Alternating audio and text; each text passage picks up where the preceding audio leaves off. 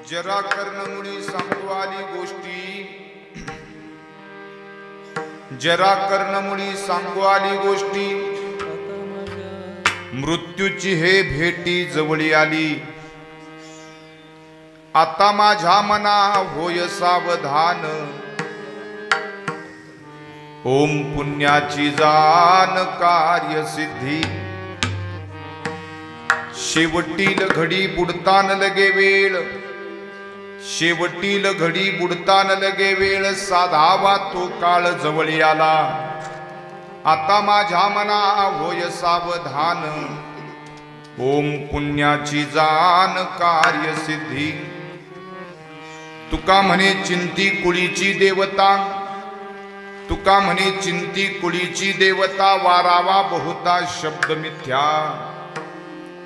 आता माझ्या मना होय सावधान, ओम पुण्याची जाण कार्य सिद्धी। अगाये उदारा अगा विश्वंभरा,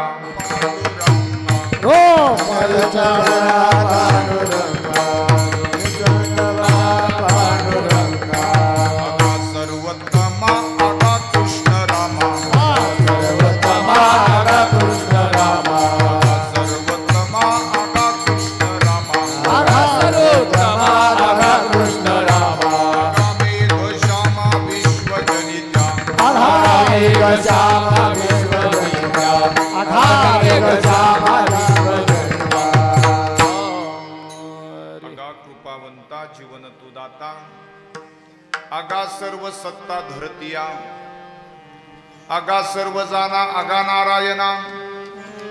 करुणा वचना चित्त द्यावे, तुका म्हणे नाही अधिकार तैसी।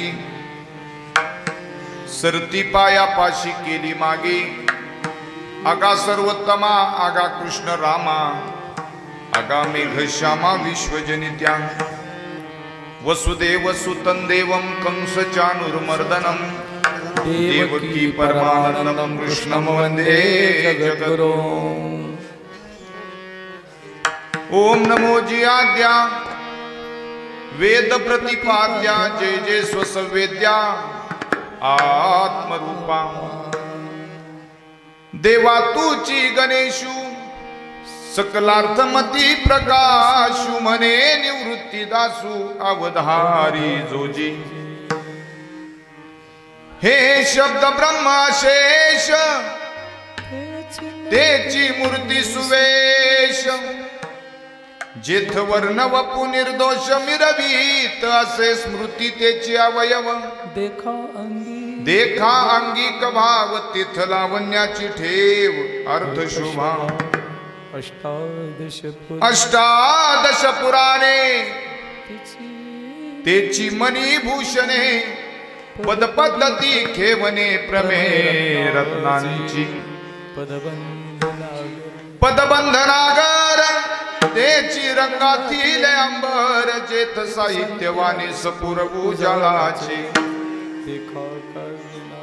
ज्ञानी यांचा शिरोमणी, वंदे जो का पूज्य स्थानी। ज्ञानी यांचा शिरोमणी, वंदे जो का पूज्य स्थानी। ज्ञानी यांचा शिरोमणी, वंदे जो का पूज्य स्थानी। ज्ञानी यांचा शिरोमणी, वंदे जो का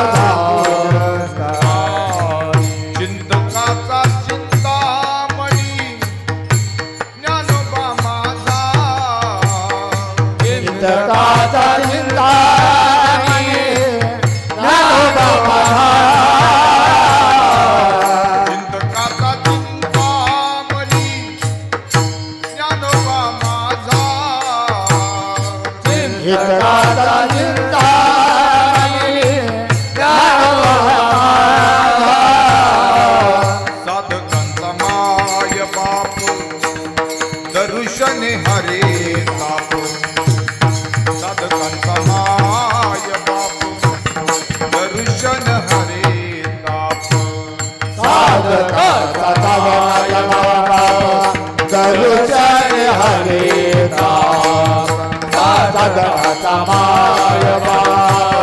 दर्शन आहे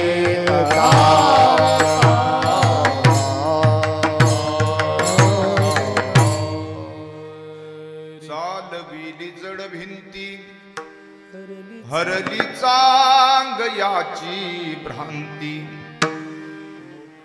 मोक्ष मार्गीचा सांगाती ज्ञानोबा माझा मोक्ष मार्गीचा सांगाती ज्ञानोबा माझा साधकांचा माय बाप दर्शन हरे ताप ब्रह्म साम्राज्य दीपिका वर्णिली गीतेची टीका विठोबाचा प्राण सखा ज्ञानोबा माझा विठोबाचा प्राण सखा ज्ञानोबा माझा साधकांचा माय बाप दर्शन हरे ताप सर्वाभूती सुखरूप ज्ञानोबा माझा कैवल्याचे अधिकारी मोक्षाची सोडी बांधी करी जलाची परी तळवटू घे पुरुषार्थ सिद्धी चौथी घेऊन आपल्या हाती निघाला भक्तिमंत्री जगादेव मग साधू संगे सुभटा उजू सत्कर्माची या वाटा अपप्रवृत्तीचा आव्हाटा डावलोनी प्रस्तुत प्राप्त प्रसंगी या ज्या ठिकाणी गोरे परिवार आणि गोरे परिवाराचं पितृछत्र 1 वर्षापूर्वी हरवलं. कैलासवासी शहाजीराव गणेशराव गोरे रूप भाऊंच्या जीवनाचा 75 वर्षाचा प्रवास आपल्या सर्वांमध्ये झाला. पाठीमागचा परिवाराने ठरवलं की बाबा आपल्या वडिलांनी आपल्यासाठी खूप कष्ट केले, खूप मेहनत केली. इहलोकाचा प्रवास उरकून त्या ठिकाणी त्यांचं जाणं झालं. वर्षभर या ठिकाणी त्यांचं स्मरण आम्हाला होत होतं, पण तरी देखील या ठिकाणी ते ज्या तिथीला गेले त्या तिथीच्या नुसार या ठिकाणी आज पुण्यस्मरणाचा कार्यक्रम या ठिकाणी होतोय. पाठीमाग भाऊंच्या धर्मपत्नी सुकुमार शहाजीराव गोरे, तदनंतर 2 चिरंजीव त्याच्यामध्ये निळकंठ शहाजीराव गोरे आणि बळीराम शहाजीराव गोरे. हा सगळा मोठा परिवार, घरातल्या सगळ्या मंडळींचं एक उतराई होणं असतं आपल्याला, की आपल्या वाडवडिलांनी आपल्यासाठी जे काही केलं त्याच्यातून आपण या कार्यक्रमाच्या माध्यमातून उतराई होण्याचा कार्यक्रम, पुण्यस्मरणाचा कार्यक्रम या ठिकाणी भाऊंचा संपन्न होत असताना मग त्याच्यामध्ये अन्नदान असेल, वस्त्रदान असेल, द्रव्यदान असेल, ज्ञानदान असेल, अनेक प्रकारची दानं या ठिकाणी होत आहेत. असं कार्य ज्यावेळेस असतं गोड जेवणाचं, त्यावेळेस अशा पद्धतीनं या ठिकाणी या परिसरामध्ये काय संपूर्ण महाराष्ट्रामध्ये विधिवत केलं जातं. हे सर्व काही करत असताना आज हरिकीर्तनाचं आयोजन गोरे परिवाराच्या वतीनं करण्यात आले. महाराष्ट्रातील नामवंत त्या ठिकाणी गायनाचार्य, मृदंगवादक उपस्थित आहेत, पुरुष मंडळी, माता भगिनी, पाहुणे मंडळी. पण ज्यांच्यामुळं मला इथपर्यंत येता आलं आणि आपल्या गावचं दर्शन, तुम्हा सर्वांचं त्या ठिकाणी दर्शन घेण्याचा योग आला. वारकरी संप्रदायाचे उपासक पाईक आदरणीय माधवराव जाधव, त्यांनी पुन्हा पुन्हा स्मरण करून दिलं, आठवण करून दिली. खूप वेळा फोन झालेत आमचे या तारखेसाठी, पण त्यांना इथपर्यंत येतोपर्यंत गॅरंटी नव्हती महाराज येईल का नाही.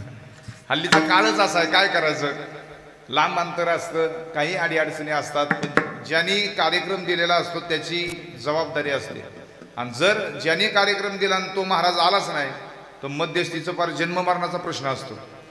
आता महाराजाला अख्खं गाव शिव्या देऊन मोकळं होतं, तो भाग दुसराच आहे, पण मध्यस्थीला पण काही सोडत नाहीत लोक.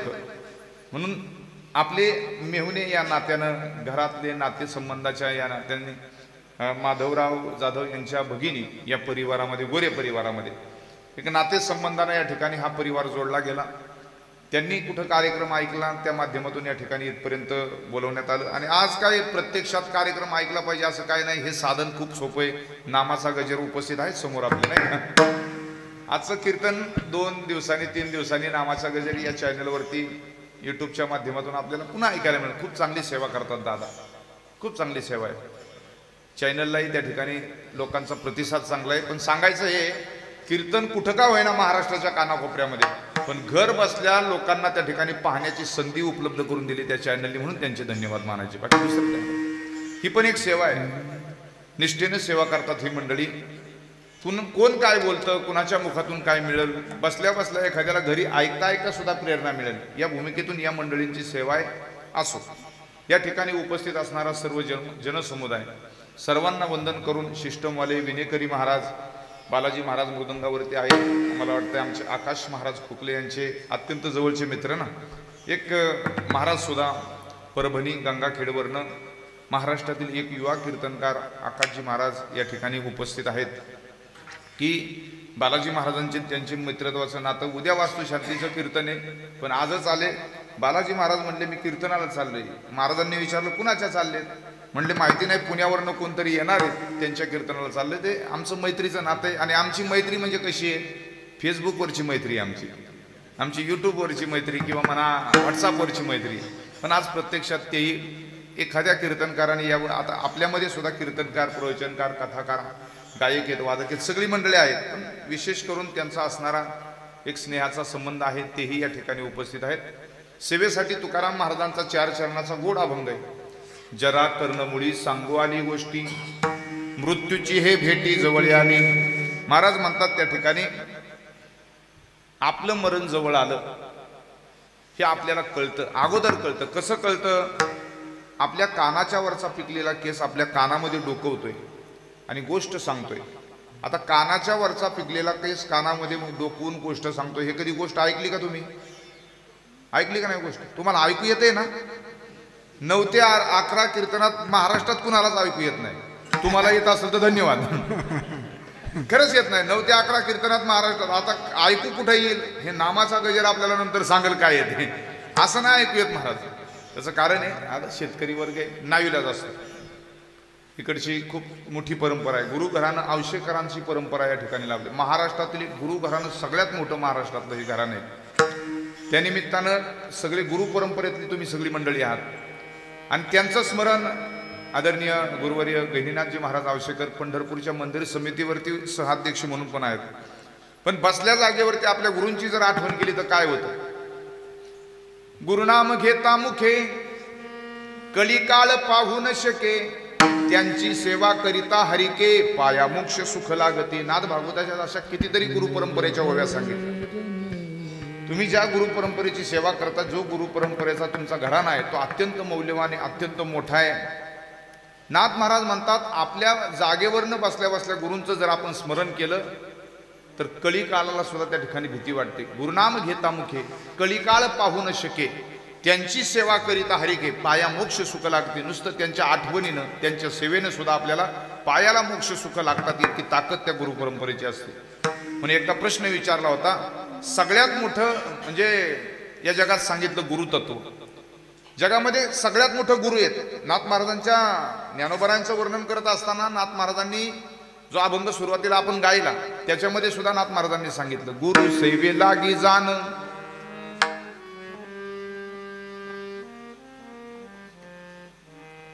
गुरु सेवे लागी जाण, शरण एका जनार्दन, त्रैलोक्याचे जीवन ज्ञानोबा माझा, त्रैलोक्याचे जीवन ज्ञानोबा माझा.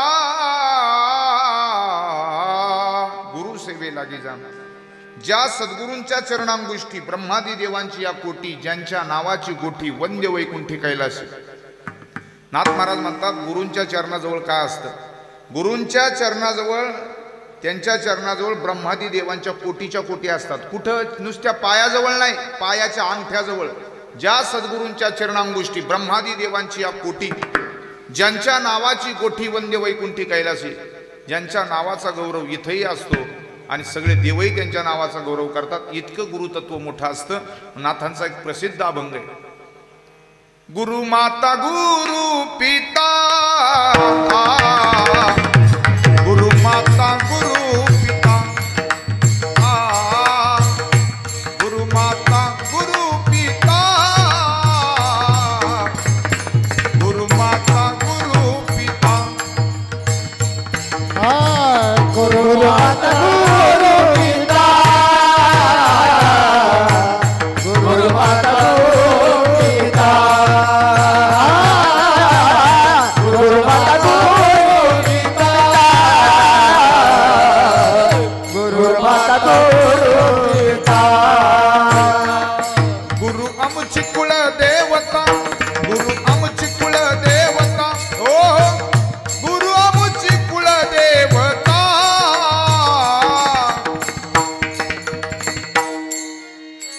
थोर पडता साकडे, थोर पडता साकडे, थोर पडता साकडे, थोर पडता साकडे, गुरु तुमची कुळ देवता, गुरु माता देवता,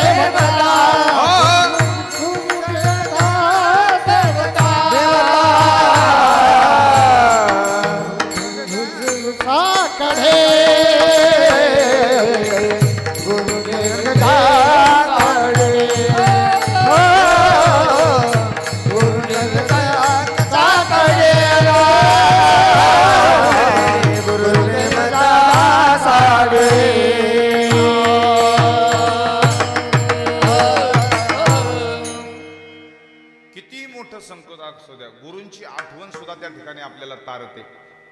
थोर परता साकडे, गुरु रक्षी मागे पुढे, गुरु रक्षी मागे पुढे, गुरु रक्षी मागे पुढे, थोर पडता साकडे, थोर पडता साकडे. गुरूंना काय द्यायचं?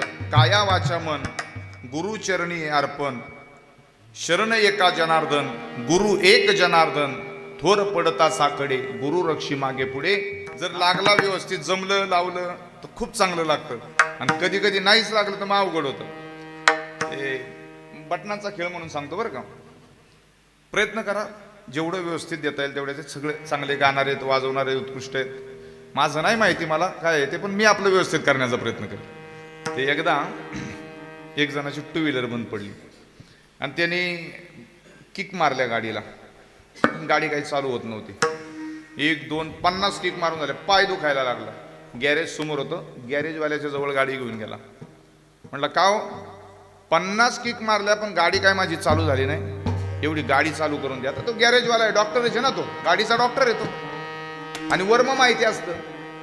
तो उठला, हातोडी घेतली आणि फक्त बारीक अशा हातोडीने मारलं त्याने इंजिन जवळ, आणि मग मारा म्हणला किक. किक मारल्याबरोबर गाडी लगेच चालू झाली. गाडी चालू झाली, याला आनंद झाला, कारण 50 किक मारून पाय दुखायला लागला होता. एकाच किक मध्ये गाडी कशी काय चालू झाली. बरं जाऊ द्या, काही जरी असलं तरी त्या गॅरेजवाल्याचं बिल द्यायला पाहिजे ना. मग गॅरेजवाल्याला यांनी विचारलं, टू व्हीलरवाल्याने, तुमचं बिल किती झालं? आता एक हातोडी मारण्याचं बिल झालं 1000 रुपये.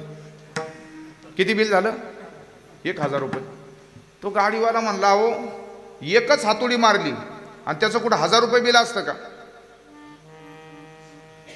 तो गॅरेजवाला म्हणला, हातोडी मारण्याचा 1 रुपया आहे, पण कुठं मारायची याचे 999 रुपये आहेत. हे कळायला पाहिजे. तसा बटनांचा खेळ आहे. काय लावायचं हे एकदा लक्षात आलं की सगळं जुळतं. विठ्ठल विठ्ठल.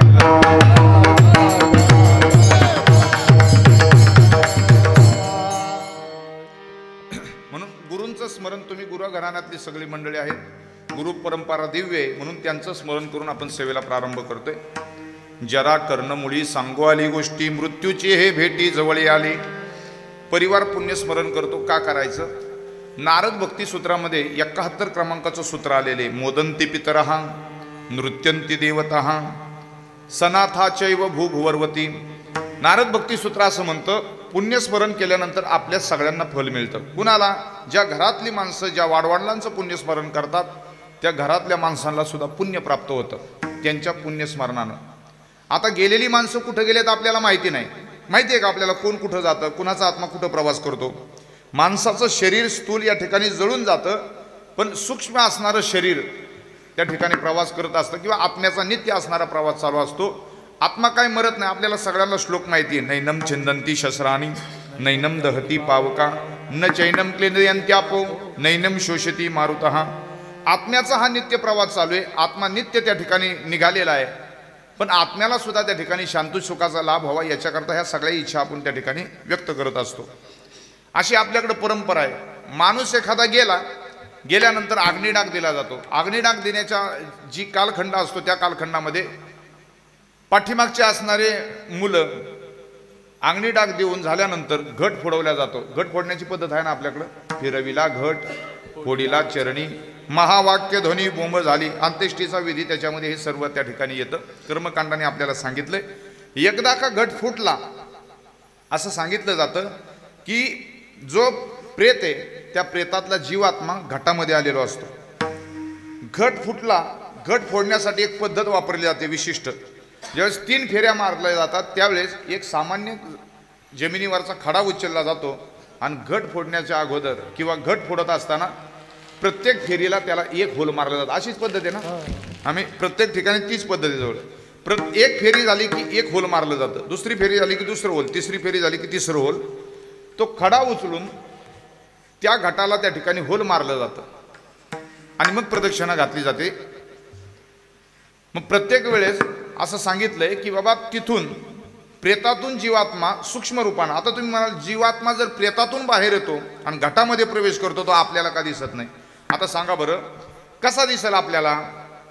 आपला जो केस आहे, केसाचं जे वरचं टोक आहे, बरं एवढंच टोक धरलं, त्या एवढ्या केसाच्या टोकाचे 10,000 भाग केल्यानंतर त्याच्यातला एक भाग जेवढा आहे तेवढा जीवात्मा आहे. आता दिसेल का? नाही दिसणार महाराज.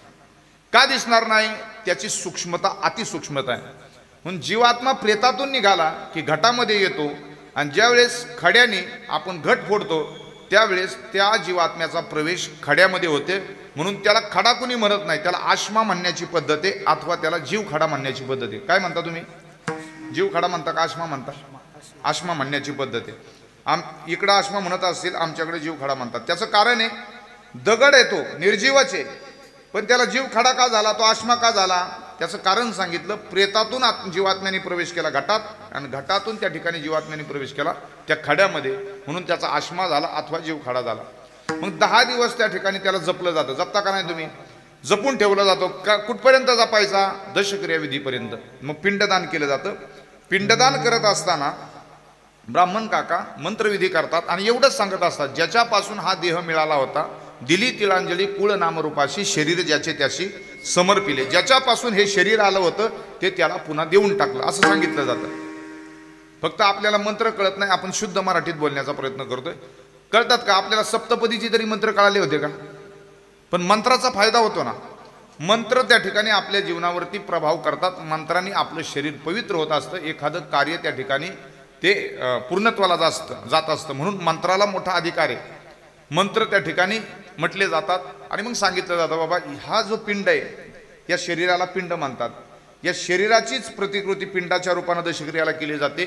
आणि मग असं सांगितलं जातं ज्यावेळेस तो जीव खडा किंवा आश्मा पूजला जातो त्या आश्म्याचा प्रवेश त्या पिंडामध्ये होतो आणि मग काकस्पर्शाची आपण वाट पाहतो आणि तो आत्मा कुणाला जरी दिसला नाही, केसाच्या 10,000 भागामधला एक जरी भाग असला तरी कावळ्याची नजर इतकी तेज असते असं म्हणतात की तो जीवात्मा जो पिंडामध्ये गेलेला असतो तो कावळ्याला दिसतो. इतकी कावळ्याची नजर तेज आहे. आता कावळ्याचं सांगू का पुढचं? आज नको सांगायला, आज काय 10वा नाही, आज पुण्यस्मरण आहे, इथपर्यंत ठीक आहे.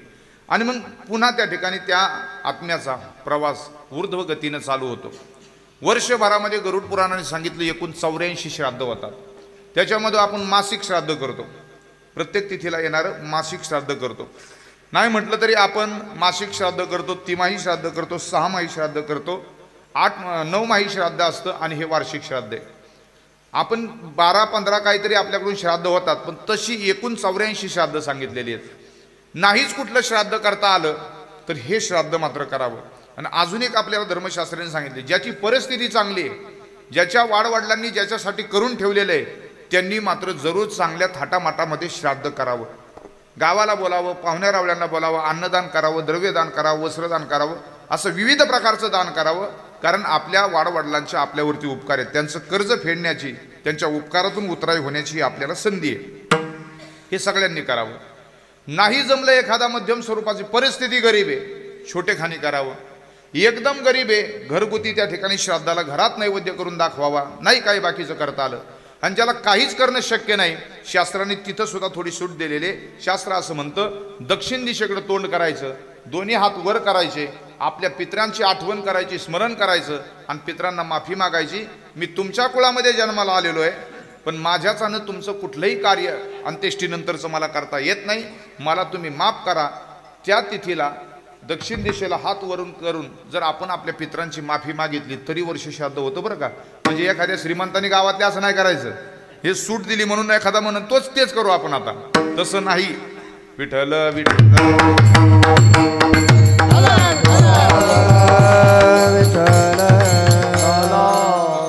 चला, आणि मग आत्म्याचा प्रवास त्या ठिकाणी चालू असतो. आत्मा दुसरं शरीर धारण करत असतो, कुठं जातो काय जातो याची कल्पना आपल्याला नाही. पण आपण नामचिंतन का करायचं त्याची कारणं सांगितलेली आहेत. माणसं गेलेली कुठे आहेत, प्रवास कुठं चालू आहे आपल्याला माहिती नाही, पण भगवंताच्या जवळ जागा मिळावी याच्याकरता, आपण मोक्ष मिळावा याच्याकरता हा सगळा अट्टास करत असतो. मग मिळतो का मोक्ष, भगवंताच्या जवळ जागा मिळते का? मिळते. त्याचं कारण सांगितलं शास्त्रांनी. नाथ भागवत असं म्हणतं, किंवा नारद भक्ती सूत्रातलं एक सूत्र मी बोललो, मोदंती पितरहा नृत्यंती देवतः. आपण ज्यावेळेस असं पुण्य कार्य करतो, पुण्यस्मरण करतो, आपल्या वाडवडिलांचं असणारं कार्य संपन्न करतो, त्यावेळेस पहिला आनंद कुणाला होतो? मोदंती पितरहा. आपल्या अगोदरची जेवढी माणसं आपल्या अगोदर निघून गेलेली आहेत, कुठं गेलेत माहिती नाही, पण गेलेली आहेत, त्या सगळ्यांना आनंद होतो. किती आनंद होतो? आजच्या दिवशी फक्त याच घराचे नाहीत, आपण जेवढे सगळे जमलोय ना, आपले सुद्धा पितर स्वर्गामध्ये एकत्र येतात आणि दिवाळी साजरी करतात. पहिला आनंद जो होतो पितरांना, आणि त्यांना खाली पाहिल्यानंतर बरं वाटतं. तुका म्हणे पितर आशीर्वाद देते, आहे का नाही प्रमाण? आपण गातो का नाही? प्रमाण गायलं जातं, गाथ्यात जरी नसलं तरी हे प्रमाण आपल्याला त्या ठिकाणी पुरावा म्हणून घ्यावं लागतं.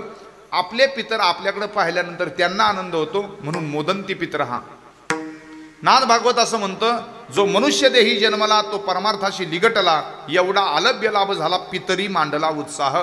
आपल्या पितरांना त्या ठिकाणी आनंद होतो. म्हणून एका गावामध्ये, एका घरामध्ये, गोरे परिवारामध्ये शहाजीराव भाऊंचं पुण्यस्मरण या ठिकाणी संपन्न होत असताना त्या परिवाराला फायदा आहेच आहे, पण जेवढी मंडळी या ठिकाणी या कीर्तनाला आहेत त्यांच्याही वाडवडिलांना त्या ठिकाणी वरती आनंद झाला. नाथ महाराज म्हणतात, म्हणून आपल्याला संतोषवर नाही विश्वास ठेवायचा, पण संतांवरती ठेवता येईल ना. नाही कळालं तुम्हाला? माझं नाव संतोष आहे, आता तरी कळालं का नाही? विठ्ठल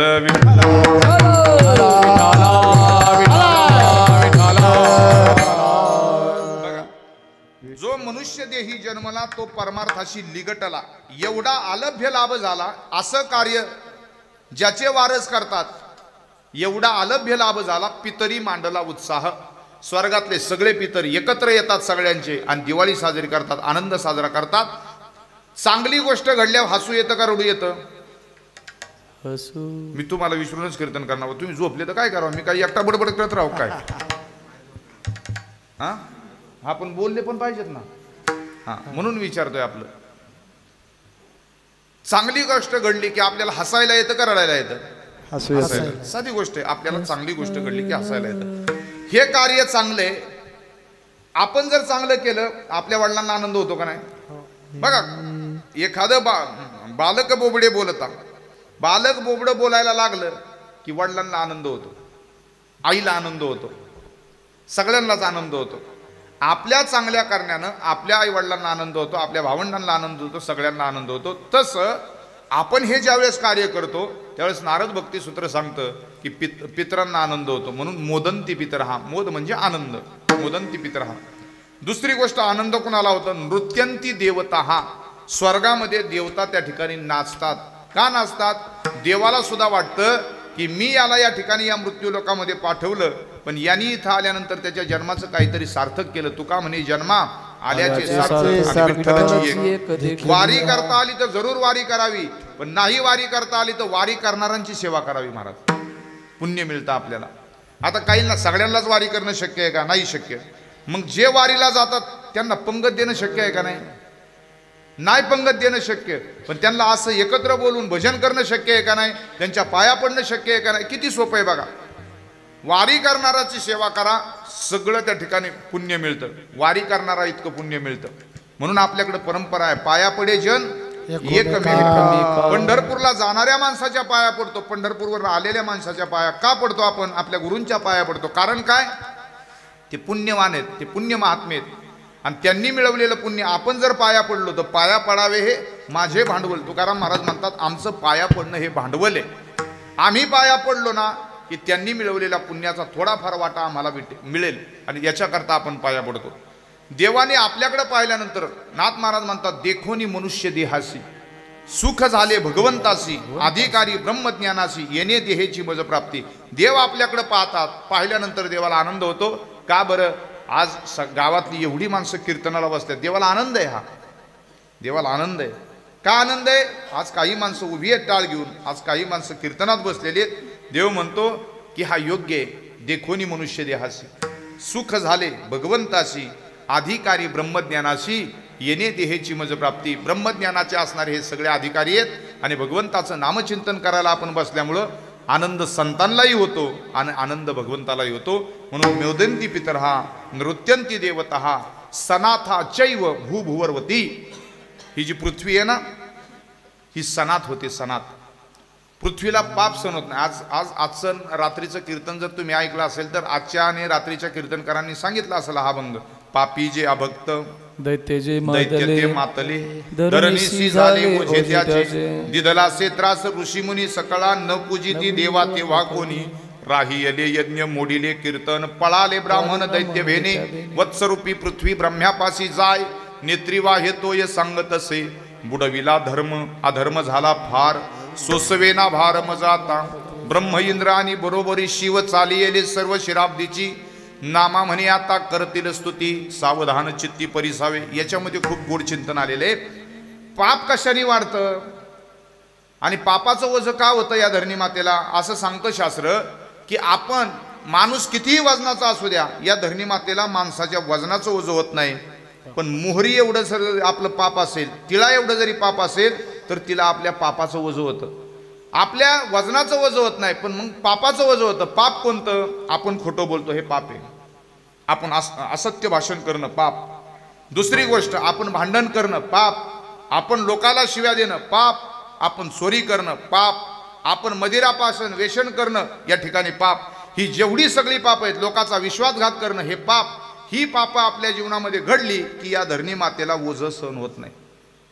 हिला आईला कधी राग येतो का? नाही राग येत. तशी ही धरणी माता सुद्धा आहे, हिला कधी राग येत नाही. पण आपलं पाप झालं तर हिला त्या ठिकाणी राग येतो. म्हणून ती रडते आणि गायीचं रूप घेऊन ब्रह्मदेवाकडे जाते, आणि मग ब्रह्म विष्णू आणि बरोबर शिव चालियले सर्व शिराब्देशी. मग सगळ्या देवता एकत्र येतात आणि शेष नारायणकडे जातात. म्हणून या धरणी मातेला रडवायचं काम आपण करू नये. खोटं बोललो की आपली आई रडते. कोणती आई? जन्म देणारी आई नाही रडली तरी ही सुद्धा आई आपल्याला सांभाळते. रोज नांगर घालून फाडी ती तया ते पीक देऊन सुखी करते. हिचे उपकार आहेत आपल्यावर. क्षमा नावाचा गुण आहे या धरणी मातेक. म्हणजे किती आपल्याला हिने सांभाळावं. हिच्यासारखं क्षमा कुणीच करत नाही. पृथ्वी आपल्याला त्या ठिकाणी नाथ महाराज सांगतात की बाबा हिनं किती सांभाळलंय आपल्याला. पृथ्वी लाथेवरी तुडविती, नांगर घालून फाडीती. एवढं सगळं करून सुद्धा आपल्याला पीक देऊन ही सुखी करते. कधीच त्या ठिकाणी आपल्यावरती रागवत नाही. रागावली का धरणी माता आपल्यावरती कधी? या कशाचंच ओझं होत नाही. पण आपण जी काही 5 पंचमहापातकं सांगितली, हे पाप आपल्याकडनं घडलं की ही दुःखी होते. हे ओझं सहन होत नाही. असं कार्य नामचिंतनाचं घडलं की ती धरणी माता सुद्धा सनात होते. म्हणून कुणाकुणाला आनंद होतो पुण्यस्मरण केल्यानंतर? पितरांना आनंद होतो, देवांना आनंद होतो, आणि या धरणी मातेला सुद्धा त्या ठिकाणी आनंद होतो. म्हणून नाथ महाराज सांगतात, आपण जन्माला आल्यानंतर आपल्यावरती 5 प्रकारची कर्ज आहेत. आपल्या देशाचं ऋण आहे आपल्यावरती, देवाचं ऋण आहे आपल्यावरती, आपल्या घराचं ऋण आपल्यावरती आहे, आपल्या आईवडिलांचं ऋण आपल्यावरती आहे. ही सगळी ऋण, ऋषींचं संतांचं ऋण आपल्यावरती आहे. आता विचार करा, ही सगळी ऋण कशाने फेडायची, कशी फिटतील ही 5 ऋण? माणसाला हप्ता बँकेचा 1 लाख रुपये आणि पगार 20,000 रुपये, महिन्याला 1 लाख रुपये त्या माणसाने फेडायची कशी? आहे का काय त्याच्याकडे? कसं फेडणार? पगार फक्त 20,000 रुपये आणि बँकेचा हप्ता महिन्याला भरायचा 1 लाखाचा. हे त्या पगाराचं आणि त्या बँकेचं नाही चाललं, आपलंच चाललंय. फक्त ऐका मला काय म्हणायचे ते, हे समजून देण्यासाठी ते बँकेचं उदाहरण दिलं. नाही तर कुणा कर्ज असेल तर तिकडे डोकं लावून बसायचं, झोपून जायचं त्या कर्जात. हे कशासाठी सांगतोय बघा, देशाचं ऋण आहे, देवाचं ऋण आहे, आईवडिलांचं ऋण आहे, आपल्या घराचं ऋण, समाजाचं ऋण आहे, गावाचं ऋण आहे, संतांचं ऋण आहे. ही 5 ऋण आपल्या बरोबर आहेत. ही कर्ज कशाने फिटतील? कशानेच फिटत नाही. पुण्यामध्ये बरं का जाधव दादा, पुण्यामध्ये ते पोरग इतकं बापावरती प्रेम करणारं होतं आणि त्या मुलाच्या बापाने नोकरी केली होती सियाचीनला सैनिकमध्ये. 60 वर्षाचं वय झालं होतं बापाचं. सैनिकीमधून रिटायर्ड आल्यानंतर दुसरी एक नोकरी केली. एकुलतं एकच पोरग होतं आणि पुण्यामध्ये, पुण्यासारख्या शहरामध्ये त्या पोराचं इतकं त्या बापावरती प्रेम, इतकं जीव. तो बाप पडला आजारी. आजारी पडल्यानंतर त्या बापाचं लिव्हर खराब झालं आणि त्या पोराने विचार केला काही झालं तरी चालेल पण बाप वाचला पाहिजे. मग ते मिलिटरी हॉस्पिटलला त्या ॲडमिट केलं. त्याला ॲडमिट केल्यानंतर मुलाने विचारलं डॉक्टरांना, काय काय वडील वाचण्यासाठी काय करा? डॉक्टरने सांगितलं तशी गॅरंटी नाही, लिव्हरची आवश्यकता आहे आणि ते कोण दान करतो लिव्हर? मग त्याला रडू आलं त्या मुलाला. तो म्हणला 1 भाग लिव्हरचा दान केला तरी वडील जगतील असं डॉक्टरांनी त्याला सांगितलं. एकुलतं एक पोरग होतं. माझा बाप माझ्यासाठी जगला पाहिजे, माझ्या बापाचे माझ्या घरावरती, गावावरती, देशावरती उपकार आहे. सैनिक म्हणून बापाने माझ्या काम केलं.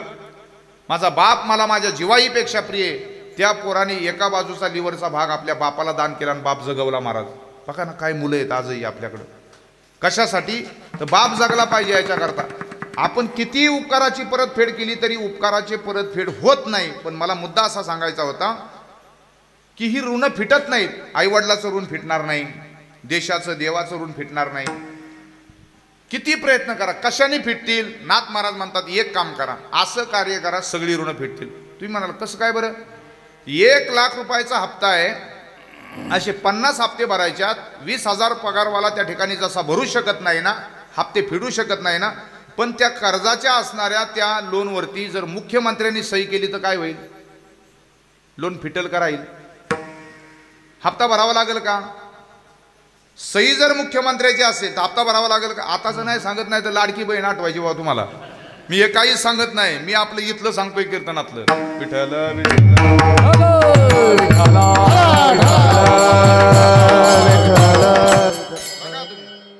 पाचच्या 5ही ऋण आपली फिटून जातील. का फिटून जातील? कारण मोठ्याची सही आहे. राजाज्ञेची अक्षरे आहाती तये एका चामावरी पडती, ते चामासाठी जोडती सकळ वस्तू. ज्ञानोबारांची ओवी आहे. ज्ञानोबाराय म्हणतात राजाज्ञेचा शिक्का पडला तर कागद सुद्धा बाजारामध्ये चालतो. ही सत्ता आहे ना. तसं नाथ महाराज म्हणतात जो मनुष्य देही जन्मला तो परमार्थाशी निगटला, एवढा अलभ्य लाभ झाला पितरी मांडला उत्साह. एक आणि दुसरी गोष्टी नाथ महाराज म्हणतात की जो विनटला हरिचरणी तो कोणाचा नव्हे ऋणी. बघा आता ओवी आहे का? जो हरिचरणामध्ये विनटला, जो भगवंताचा झाला, जो भगवंताच्या नामाचं चिंतन करतो, जो कोणी असं कार्य करतो तो कुणाचाही ऋणी राहत नाही. त्याचं सगळं कर्ज फिटतं. जसं मुख्यमंत्र्यांनी सही केली की कर्ज फिटतं, तसं हरीच्या चरणावरती त्या ठिकाणी जो कोणी विनटला त्याची सगळी ऋण फिटतात. माझे झाले गयावर जन फिटले पितराचे ऋण, फिटले पितराचे ऋण.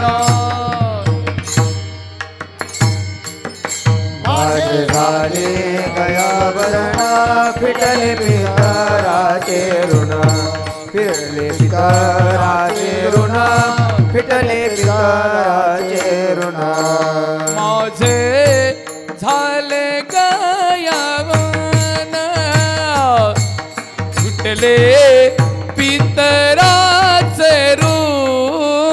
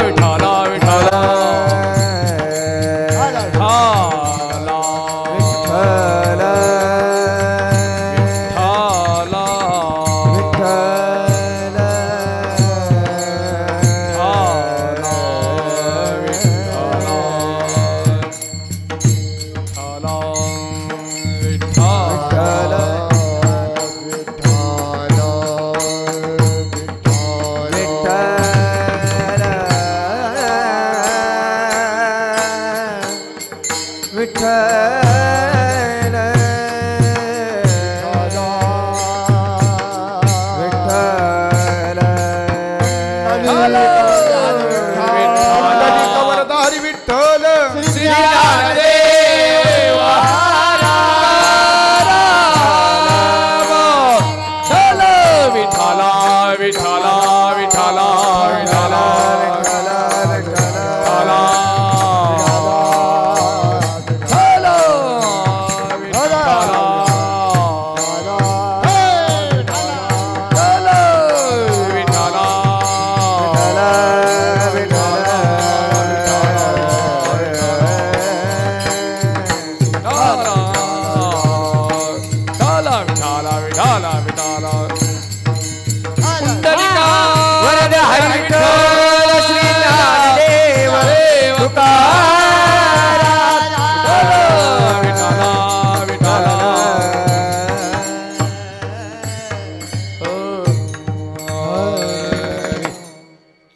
महाराज म्हणतात माझं ऋण फिटलं. कशाने फिटलं? केले कर्मांतर बोंब मारिली हरिहर. तुका म्हणे माझे भार उतरले ओझे पिंड पदावरी दिला आपुलिया करी. भगवंताच्या नामचिंतनामध्ये आम्ही गुंतलो. भगवंताचं नामचिंतन आम्ही केलं. हरिहराच्या नावानं आम्ही बोंब मारली. जेवढी काही ऋण आमच्यावरती होती ती सगळी ऋण फिटली. मी नाद भागवतातली ओवी सांगितली, जो विनटला हरिचरणी तो कोणाचा नवे ऋणी. ही अर्धी ओवी. आता अर्धी पुढची आहे का? जैसे परिसाची मिळणी लोह काळेपणे निर्मुक्त. आता ऐका, लोखंड आहे आणि पूर्ण गंजलेलं आहे आणि आपल्याकडे अशी म्हण आहे, लोखंडाला जर परिसाचा स्पर्श झाला तर त्या लोखंडाची चांदी होते, स्वर्ण होते. हा, स्वर्ण सोनं होतं. बरोबर. लोखंडाला परिसाचा जर स्पर्श झाला तर त्या लोखंडाचं सोनं होतं. नाथ महाराज म्हणतात लोखंड गंजलेलं आहे, पार गंजलेलं आहे, ते काहीच कामाचं राहिलं नाही. बघा, पुरलिया लोहा माती खाय, हे उपयोगाने वाया जाय, तैसे नामे विने वाचा पाय वृथा जाय सर्वता. आपलं वय भजन केलं तरी वाढणार आहे आणि नाही भजन केलं तरी वाढणार आहे ना. जसं जमिनीमध्ये लोखंड पुरलं, त्याचा वापर केला तरी ते गंजणार आहे कधी ना कधी, आणि नाही वापर केला तरी ते गंजणार आहे ना. मग वापरून त्या ठिकाणी गंजण्यापेक्षा कधी वापरून त्या ठिकाणी वापर झाल्यानंतर खराब झालेलं कधी चांगलं. नाथ महाराज म्हणतात असंही आपण मरणारच, पण भजन करून मरायला काय हरकत आहे. गंजलेल्या लोखंडाला परिसाचा स्पर्श झाला, काय होईल? त्या परिस्पर्शाने त्या ठिकाणी ते लोखंड सोनं होईल. आता लोखंडाचं सोनं झालं. नाथ महाराज म्हणतात एकदा लोखंडाचं सोनं झालं परिसाच्या स्पर्शाने, तर त्या सोन्याचं परत लोखंड होईल का? होईल का? तसंच आहे, एकदा नामचिंतनानं आपली जी काही ऋण आहे ती एकदा फिटली की आपल्यावरती कुठल्याही प्रकारचं ऋण शिल्लक राहत नाही. आधार आपल्याला नाथ महाराजांच्या ओवीचा आहे. म्हणून हे कार्य करायचं आणि आपल्या पूर्वजांना वैकुंठामध्ये जाण्याचा रस्ता मोकळा होतो. माऊली म्हणतात पूर्वजा वैकुंठ मार्ग सोपा, मार्ग पूर्वजा वैकुंठ मार्ग सोपा, पूर्वजा वैकुंठ मार्ग सोपा. ज्ञानदेव सांगे झाला हरिपाठ, ज्ञानदेव सांगे झाला हरिपाठ, ज्ञानदेव सांगे झाला हरिपाठ.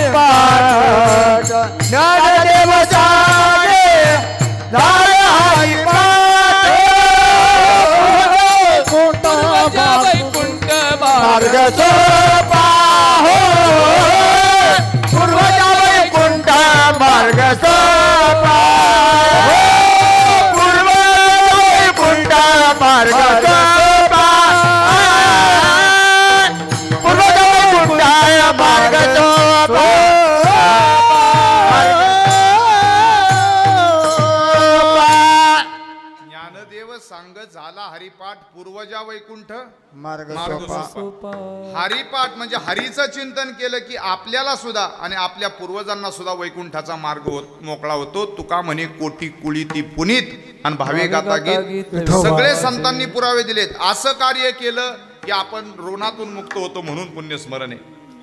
म्हणून बघा मरण येण्याच्या अगोदर आपण सगळ्या गोष्टी साधल्या पाहिजेत. मरणाने आपल्याला अगोदरच सावध केलेलं आहे. विज्ञान आज इतकं प्रगत झालं. लोक असं म्हणतात, आपल्याला सगळ्यांना माहिती आहे आपल्या घरामध्ये बाळ जन्माला येणार हे 9 महिने 9 दिवस अगोदर कळतंय का नाही? कारण प्रगत शास्त्र आहे. आता सोनोग्राफी करायला ज्यावेळेस माता भगिनी डॉक्टरांकडे जातात त्यावेळेस सोनोग्राफी झाली की रिपोर्ट येतात. अमुक अमुक तारखेला अमुक अमुक वाराला अमुक अमुक वाजतात ते बाळ जन्माला येणार आहे. अगोदर कळतंय आपल्याला. का म्हणले विज्ञानाची प्रगती आहे. बरोबर आहे, विज्ञानाची प्रगती आपल्याला नाकारता यायची नाही. सोनोग्राफी जगातली पहिली सोनोग्राफी जर कशी झाली असेल, कुठं झाली असेल तर भगवान श्रीकृष्ण परमात्म्याने ज्यावेळेस उत्तरेच्या पोटामध्ये प्रवेश केला होता बघा. नाथ महाराज म्हणतात, चक्र घेवोनी हाती मी गर्भी रक्षिला परीक्षिती तोम्या भक्तासी अधोगती कदा कल्पांती जाऊन येदी. आता ते चिंतन मी सांगत नाही, पण भगवान परमात्मा श्वासाच्या माध्यमातून पोटामध्ये गेले. लोक डॉक्टरांकडे गेल्यावर कधी पोटाचा आजार असला की इंडोस्कोपी करतात. तो स्कोप नाकातून किंवा तोंडातून टाकला जातो. पोटात काय काय आहे हे सगळं पाहिलं जातं. हे कुठून आलं? हे अध्यात्मातूनच आलेलं आहे. धर्म तेथे ज्ञान, ज्ञान तेथे विज्ञान, विज्ञान तेथे समाधान, शांती संपूर्ण नांदे. नाथ भागवतातली गोड ओवी आहे. नाथ महाराज म्हणतात धर्म आहे तिथं ज्ञान आहे. म्हणून धर्माचं रक्षण आम्ही सगळ्यांनी केलं पाहिजे. कारण धर्म आपल्याला सांभाळतो. धर्मातून ज्ञानाची निर्मिती आहे. ज्ञान तेथे विज्ञान, विज्ञान तेथे समाधान, शांती संपूर्ण नांदे. हे विज्ञान आहे. आपला आवाज येतो पण आपल्याला पाहिजे तेवढा आवाज देणं हे विज्ञानाचं काम आहे. विज्ञान हे प्रगतिशील आहे. विकसित झालेलं ज्ञान विज्ञान, हे विज्ञान जन्माला आलं अध्यात्मातून. आपला मुद्दा चाललाय की 9 महिने 9 दिवस अगोदर आपल्याला बाळ जन्माला येणार हे कळतं, पण मरण खूप अगोदर कळतं. जन्म झाला की मरण कळतं. जन्मलिया दिवसे दिवस होय लागे काळाचे ऐसे वाढवी करती उल्हासे उभवती गुडिया जव जव बाळ बळिया वाढे. ज्ञानोबराय काय म्हणतात, अहो प्रत्येक क्षणाला आपलं मरण आपली पाठराखण करते. उपजला प्राणी नर आहे संसारी बैसला शेजारी काळ उसा पाहतो उंदीर घेऊन जातो बोका आणि तैसा काळ लोका. आपण खेडेगावमध्ये राहणारी लोक आहेत. आपल्या घरांमध्ये हे दृश्य दिसतं. आपल्या घरामध्ये मांजर असतो, बोका असतो, उंदरही असतो. कधीतरी आपल्याला असा प्रसंग येतो एखाद्या मांजराने किंवा एखाद्या बोक्यानं उंदराला दाढेमध्ये पकडले आणि घेऊन जाताना दिसलं, पाहिलं का नाही कधी? कधी ना कधीतरी आपल्याला दिसतं. ते मांजराचं बोक्याचं ते उंदराचं जाऊ द्या, बोक्याने उंदीर नेताना जसं आपण दृश्य पाहिलंय ना तसाच आपल्याला काळ नेत असतो. पहा तो उंदीर घेऊन जातो बोका आणि तैसा काळ लोका नेत असतो. 9 महिने आपल्याला जन्माची चाहूल आहे, पण मरणाची चाहूल जन्म झाला त्या दिवसापासून आहे. प्रत्येक क्षणाला मरण. घडी घडी काळ वाटेयाची पाहे अजून किती आहे.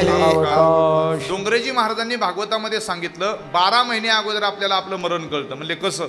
वरती आकाशात पाहायचं आणि आकाशात पाहिल्यानंतर अरुंधती नावाचा तारा दिसायचा बंद झाला की समजून जायचं आजपासून आपलं 1 वर्षानंतर मरण येणार.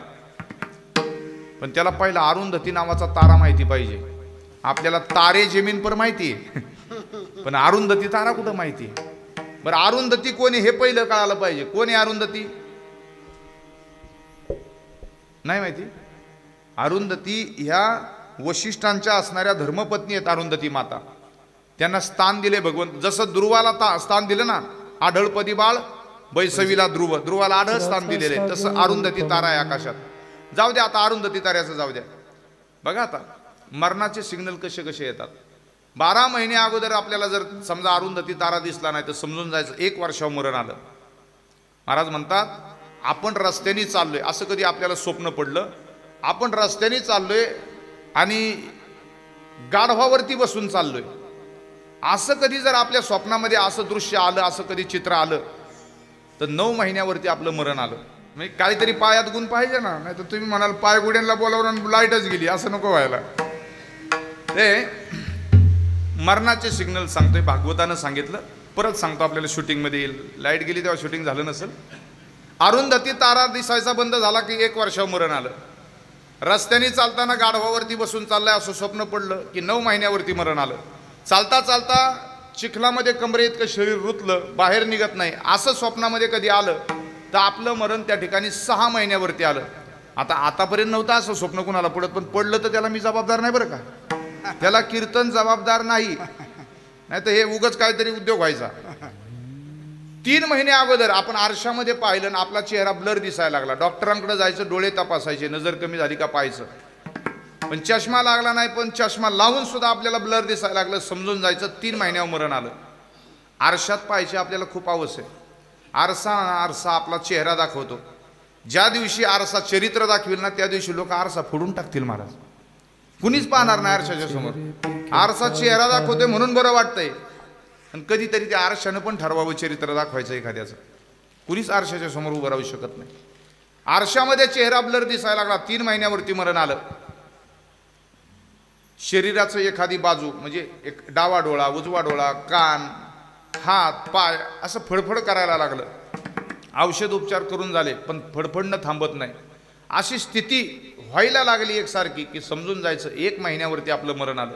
ज्ञानोबराय म्हणतात, वर्षाचं सोडा, जीवनाचं सोडा, 9 दिवस आपल्याला अगोदर आपलं मरण कळतं.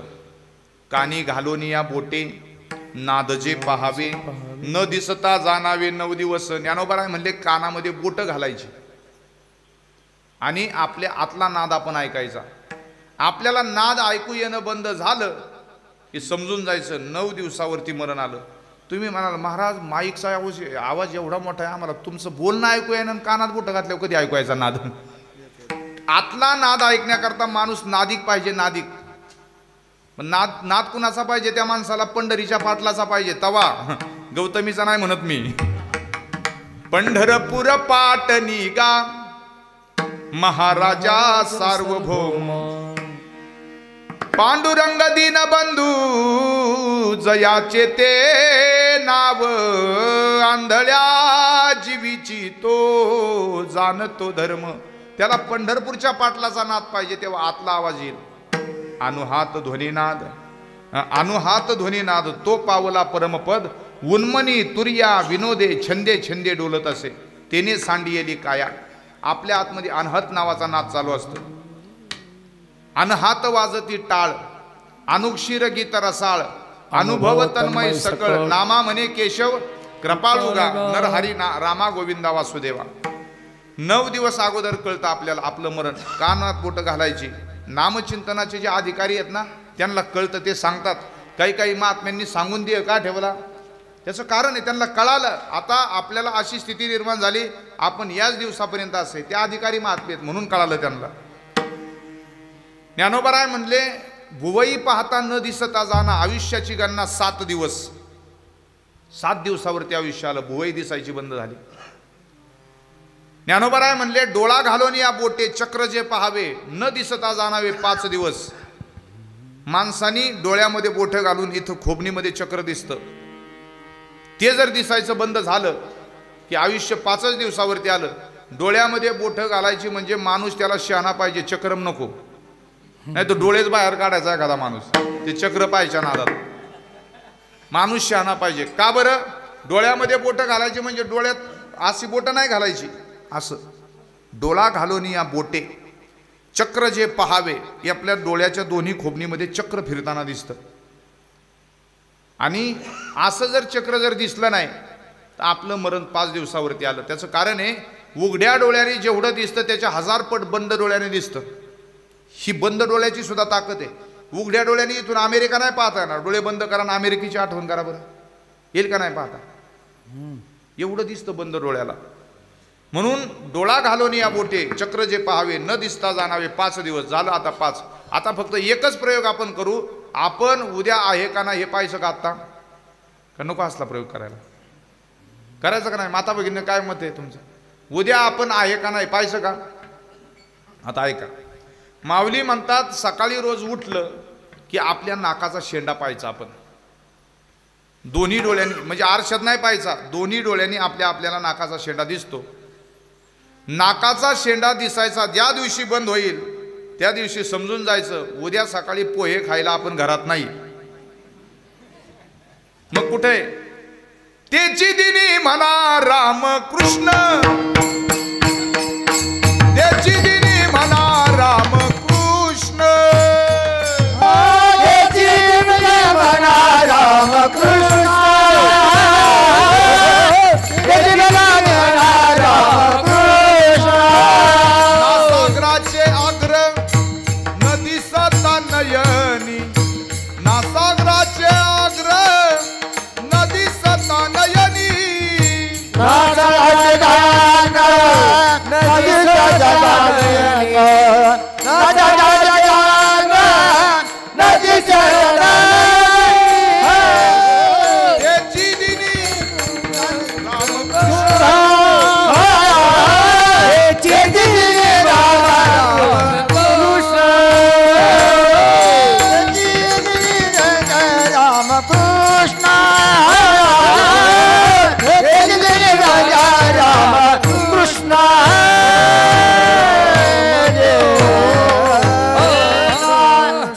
नासागराचे आग्रह न दिसता नयनी. ज्ञानोबराय म्हणले नाकाचा शेंडा दिसायचा ज्या दिवशी बंद होईल त्या दिवशी त्याची दिरी म्हणा रामकृष्ण. उद्या सकाळी या जगात आपण नाही. आता मला फक्त खरं सांगायचं, कुणी कुणी नाकाचा शेंडा पाहून घेतला? दिसला ना सगळ्यांना? हो. ज्यांना दिसला ती उद्या आहेत. मग मला विचारायचे फक्त सगळ्यांना दिसलाय ना? दिसला ना सगळ्यांना? नासागराचे आग्रह न दिसता नयनी, त्याची देरी म्हणा रामकृष्ण. बघा ना, उद्या मरणार म्हणजे आज उद्या जगात आहे का नाही हे सुद्धा आपल्याला आज कळतं. एवढ्या मरणाच्या खुणा आहेत आपल्याला. मरण कळतं. किती कुणी असू द्या, मरणाला चॅलेंज नाही महाराज. जगात अजून असा श्रीमंत जन्माला आला नाही की ज्याने कालचा दिवस खरेदी केला. आहे चॅलेंज मरणाला? हा, जुने कीर्तनकार एक दृष्टांत सांगायचे. म्हणजे एक 70 वर्षाचा माणूस, त्या 70 वर्षाच्या माणसाला घ्यायला यम आला. आता माणूस नेमका पुण्यातला. आता पुण्यातली माणसं तशी हुशार असतात, तशी लातूरची पण हुशार आहेत बरं का. मी फक्त आपलं इथलं उदाहरण नाही द्यायचं म्हणून पुण्याचं देतोय. आता पुण्यातला माणूस यम घ्यायला आला. यमाने घरात प्रवेश केला. याने विचारलं तुम्ही कोण? हा म्हणला मी यम. यम म्हटल्यानंतर कशाला आला?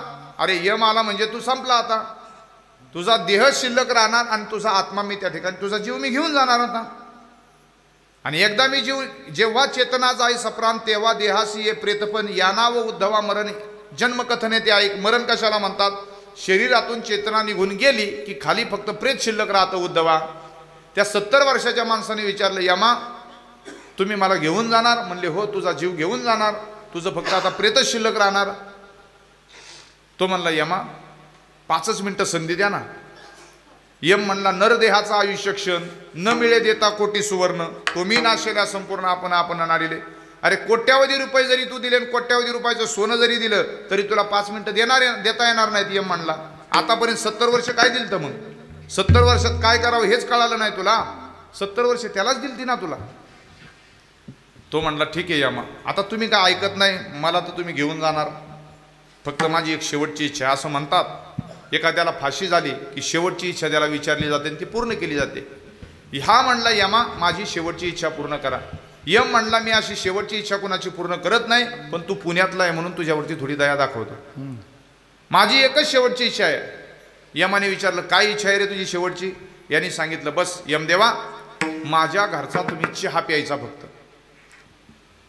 यमाला वाटलं आता हे पुणे, पुण्यात येवलेंचा चहा, साहेबाचा चहा, आमदार चहा, सरपंच चहा का खोमणे गुळाचा होता काय माहिती, एवढे चहा होते पुण्यातले. हा म्हणला यमाला वाटलं आता चहा म्हटल्यानंतर कुणाला मोह आवरत नाही. यमाला सुद्धा मोह आवरला नाही चहाचा. यम म्हणला अशीची एवढीच इच्छा आहे ना, कर म्हणला चहा. मी तसा कुणाचा चहा पित नाही यम म्हणला, पण आज तू माझ्यावरती म्हणजे म्हटलाय शेवटची इच्छा ना, ठीक आहे कर चहा. ते आतमध्ये गेलं, चहा केला, पण त्यांनी चहामध्ये गुंगीचं औषध टाकलं. लवकर चहा आणून दिला यमाला. यमाने चहा प्याला आणि यमाला काय आलं? गुंगी आली. औषधच होतं ना त्याच्यामध्ये. गुंगी आल्याबरोबर यम तासभर तिथं झोपला सोप्यावरती. तोपर्यंत या माणसाने यमाच्या खिशात हात घातला. बघा पुण्यातली माणसं कुठं कुठं हात घालतील खिशात, कुणाच्या खिशात हात घातला आणि कागद बाहेर काढला. तर त्या दिवशी 25 लोक मरणार होती त्या भागातली आणि 25 लोक मरणाऱ्यांच्या यादीमध्ये ह्याचा नंबर पहिला होता म्हणून याचं नाव लिस्टमध्ये पहिलं होतं. याने काय केलं माहिती आहे का? त्याचं पहिलं नाव खोडलं आणि खाली लिहिलं शेवटला एकदम. मरणार तर आहे ठरलेलं आहे पण शेवट लिहिलं. बघू म्हणला, तोपर्यंत दुसरा काय प्रयोग करता आला तर आला. 1 तासाने यम उठला आणि उठल्यानंतर यम म्हणला, अरे काय चहा केला होता रे भारी. असा कधीच मी कुणाच्या घरी विश्रांतीला तासभर थांबलो नाही, इतकी चांगली झोप, गाढ झोप लागली म्हणला. यम म्हणला, तू मला आज चहा पाजला ना, त्या चहाची किंमत मी तुला आज देणार. आज माझ्याकडं 25 लोकांची यादी आहे मरणारांची, आणि 25 मरणारांच्या लोकांच्या यादीमध्ये पहिला नंबर तुझा होता. आज मी पहिल्यापासून नाही सुरुवात करणार, आज मी खालून सुरुवात करणार आहे. कळालं म्हणजे तुम्हाला मला काय म्हणायचे ते. नाशिवंत देह जाणार सकळ, नाशिवंत देह जाणार सकळ, नाशिवंत देह जाणार सकळ, नाशिवंत देह जाणार सकळ. आयुष्य खातो काळ सावधान, आयुष्य खातो काळ सावधान, आयुष्य खातो काळ सावधान. नाशिवंत देह जाणार सकळ,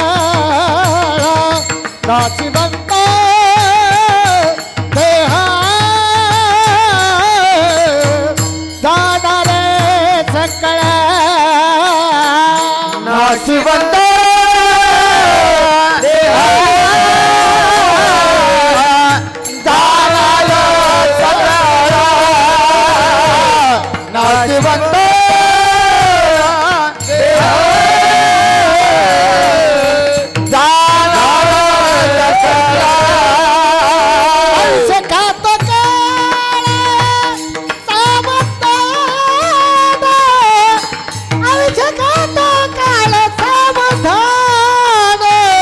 नाशिवंत नाशिवंत देह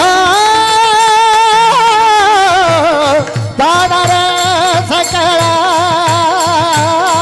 नाशिवंत देह जाणार सकळ.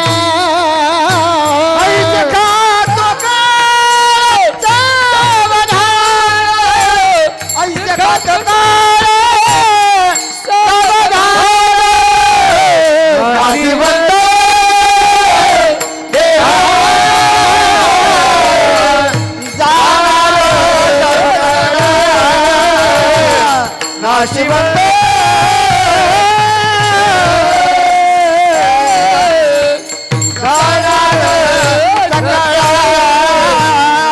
नाशिवंत देह जाणार सकळ, आयुष्य खातो काळ सावधान, आयुष्य खातो काळ सावधान, आयुष्य खातो काळ सावधान.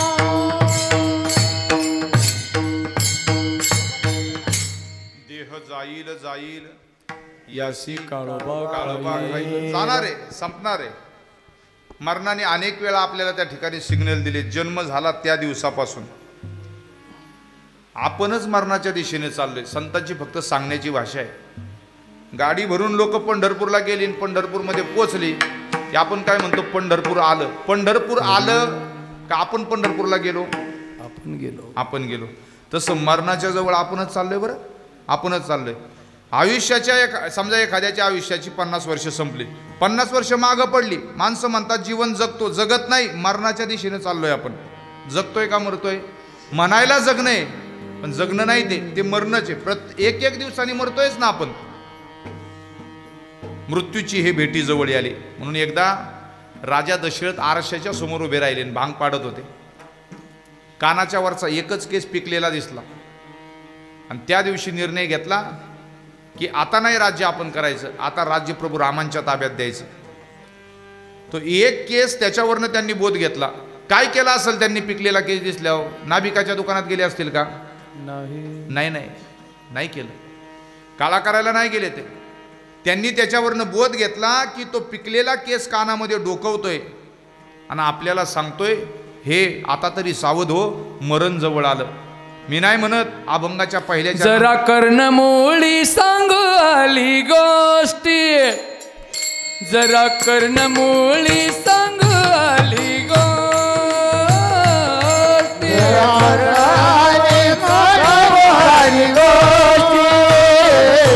जरा कर्णमूळी आली गोष्टी, कर्णमुळी सांग आली गोष्टी जरा कर्णमुळी सांग आली जरा कर्णमुळी सांग आली गोष्टी जरा कर्णमुळी सांग आली गोष्टी मृत्यूची भेटी जवळी आला मृत्यूची भेटी जवळी आला आता माझ्या मना होई सावकाश आता माझ्या मना होई सावकाश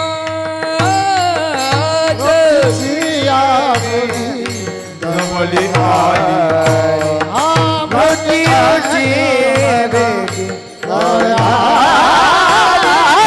आता माझ्या मना होईल सावकाश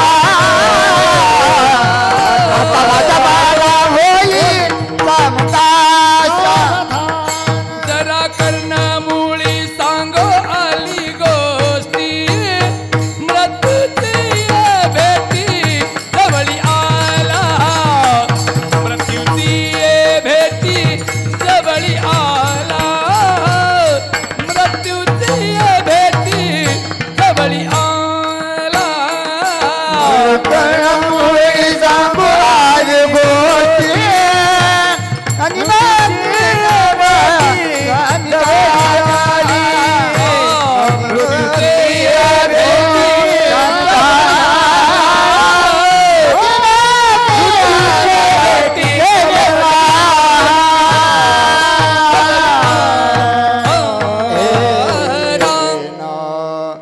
जरा कर्णमुळी सांगो आली गोष्टी मृत्यूची भेटी जवळी आली मरण जवळ आलं आपल्याला कळतं कर्णमुळी कानाच्या वरचा केस तो आपल्या कानामध्ये डोकवतोय आपल्याला गोष्ट सांगतोय मृत्यूची हे भेटी जवळी आली मरण जवळ आलं मग काय केलं पाहिजे आपण सावध झालं पाहिजे कशासाठी सावध झालं पाहिजे पहिली गोष्ट आयुष्य खातो काळ सावधान त्याच्यासाठी सावध झालं पाहिजे दुसरी गोष्ट ज्याच्यासाठी आलो ते केलं पाहिजे देव मिळवला पाहिजे पुण्य मिळवलं पाहिजे ओम पुण्याची जाण कार्यसिद्धी पुण्य कशाने मिळतं पहिलं साधन पुण्य मिळवण्याचं नामस्मरणाने पुण्य मिळतं ज्ञानोबाराय म्हणतात नामस्मरण इतकं करा की ते नामस्मरण केल्यानंतर हरिमुखे म्हणा पुण्याची गणना नामस्मरण केल्यानंतर जे पुण्य मिळतं ते पुण्य मोजता येत नाही म्हणून ज्ञानोबारायांचा आग्रह आहे आपल्याला हरिमुखे म्हणा रोज नामापरते जगी साधन सोपे नाही आवडीने गाई सर्व काळ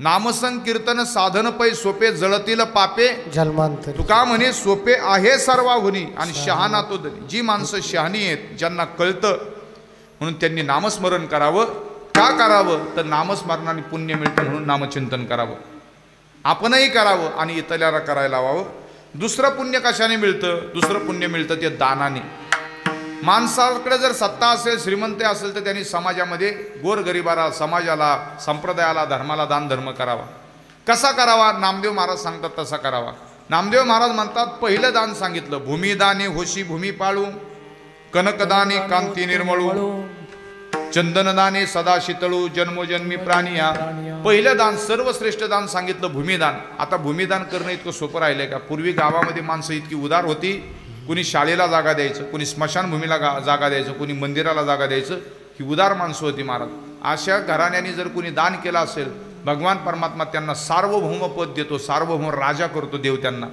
या जन्मात नाही केलं तर पुढचा जन्म भगवान परमात्मा त्यांना राजाचा देतो कशाने देतो भूमिदानी होशी भूमी पाळू म्हणून भूमिदान करणारा सर्वश्रेष्ठ आहे त्याच्यानंतर नाही भूमिदान करता आलं कनकदाने कांती निर्मळू कनक म्हणजे सोन्याचं दान ज्याला गोरज व्हायचंय ना त्यांनी सोनं दान करायचं व्हायचं का तुम्हाला गोरं नाही माझ्या गाडीत जागा आहे सोनं ठेवायला म्हणून म्हणलं तुम्हाला एकदा वैकुंठवासी दुंडा महाराज देगलूरकर यांना विचारलं होतं तुमच्या घरातली सगळीच माणसं गोरी कशी काय त्यावेळेस त्यांनी उत्तर दिलं होतं आमच्या पिढ्यानपिढ्या सोनं दान करत आलेले आहेत म्हणून आमच्या घरातली माणसं सगळे असे कनकदाने कांती निर्मळ सद्गुरू गुरुवर्य चैतन्य महाराज देगलूरकरांना आपण पाहतो ना कसे आहेत गुरुवर्य तेजस्वी आहेत का नाही कारण काय दानाला महत्व आहे. कनकदाने कांती निर्मळू. नाही सोनं दान करता आलं. आता सोनं दान करण्याचे आज दिवस राहिलेत का? सोन्याचा तोळ्याचा भाव ऐकला की आपल्याला गोळा येतो का नाही? येतो ना महाराज. म्हणून सोनं महाग आहे. सोनं नाही मग चंदन दान करू शकतो. पण चंदन तरी कुठं स्वस्त राहिले.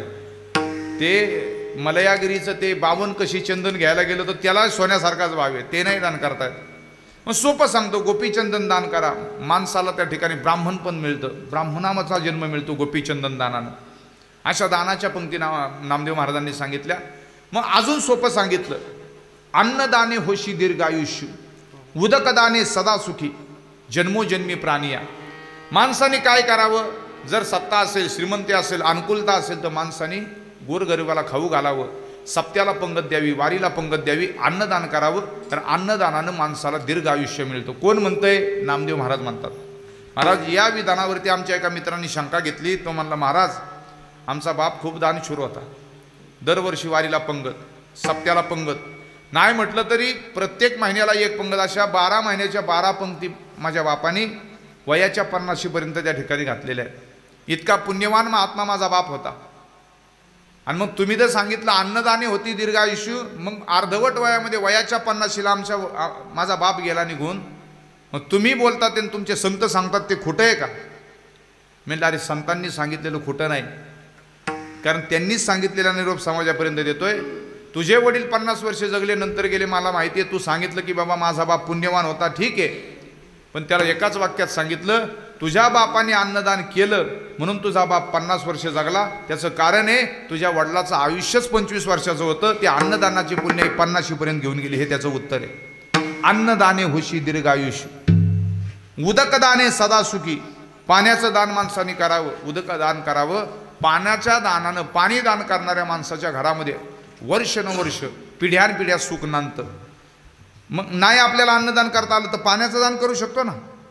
आणि तेच नाही करता आलं, जे वृक्ष लावती सकळ तयावरी छत्रांचे जाळं लावू शकतो का नाही? शेतकऱ्याच्या वाट्याला पुण्य का? न कळत काम करता करता शेतकरी आपल्या शेताच्या बांधावरती झाडं लावतं म्हणून शेतकऱ्याच्या वाट्याला पुण्य.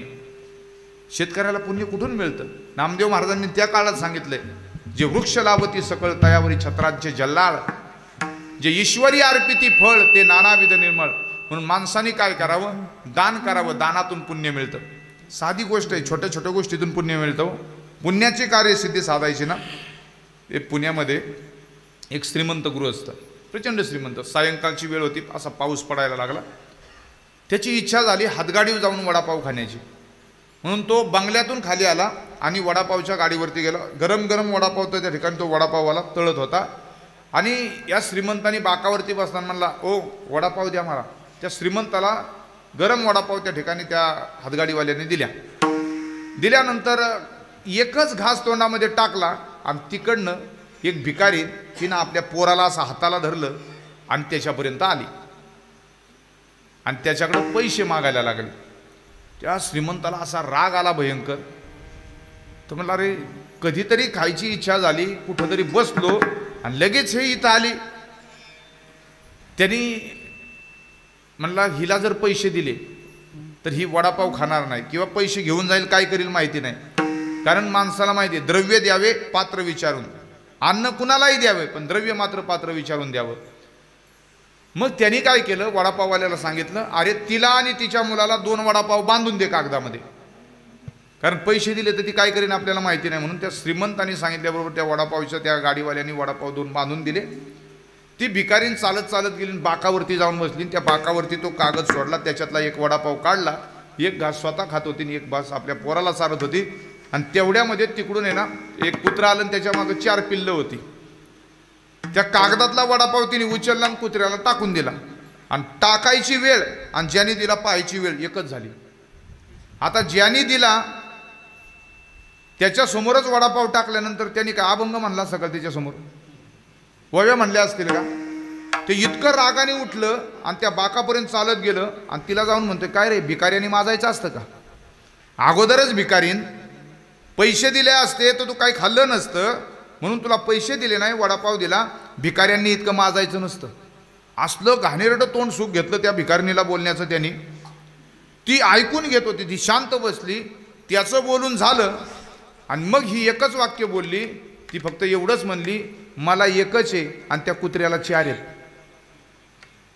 कळालं का तुम्हाला काय ते? मला एकासाठी एवढा अट्टास करावा लागतो, त्याला कोण देणार? त्याला 4 आहेत, मला एकच आहे. याला म्हणायचं छोट्या छोट्या गोष्टीतून पुण्य मिळवणं. असं पुण्य मिळवता येतं. आणि म्हणून महाराज सांगतात की बाबा, आपण जन्माला आलो ना, आपल्या जन्माची सार्थकता कशामध्ये? एक नामचिंतन करा, दातृत्व करा. अभंगाच्या 2ऱ्या चरणामध्ये आता माझे मन, आता माझ्या मन होई समाधान, आता माझ्या मन होई समाधान. आता माझ्या मन, आता माझ्या मन होई सावधान, आता माझ्या मन होई सावधान. आता माझ्या मना, आता माझ्या मन होई सावधान, होय माझ्या मन होई सावधान. आता माझ्या मना, आता माझ्या मन होई सावधान, होय माझ्या मन होई सावधान. आता माझ्या मन, आता माझ्या मन होई सावधान, आता माझ्या मन होई सावधान. आता माझ्या मन, आता माझ्या मन होई सावधान, आता माझ्या मन होई सावधान. आता माझ्या मना, आता माझ्या मन होई सावधान, आता माझ्या मन होई सावधान. आता माझ्या मना, आता माझ्या मन होई सावधान, होय माझ्या मन होई सावधान. शिवम पुण्याची दान कार्यसिद्धी, शिवम पुण्याची दान कार्यसिद्धी. आता माझ्या मन, आता माझ्या मन होई समाधान, आता माझ्या मन होई सावधान. आता माझ्या मन, आता माझ्या मन होई सावधान, आता माझ्या मन होई सावधान. आता माझ्या मन, आता माझ्या मन होई सावधान, आता माझ्या मन होई सावधान. आता माझ्या मन, आता माझ्या मन होई सावधान, आता माझ्या मन होई सावधान. होई सावधान, होई सावधान. रखुमा विठोबा रखुमा, थोपा रखुमा विठोबा रखुमा, रखुमा विठोबा रखुमा, विठोबा रखुमा, विठोबा रखुमा, विठोबा रखुमा रखुमा, रखुमा, विठोबा रखुमा, रखुमा विठोबा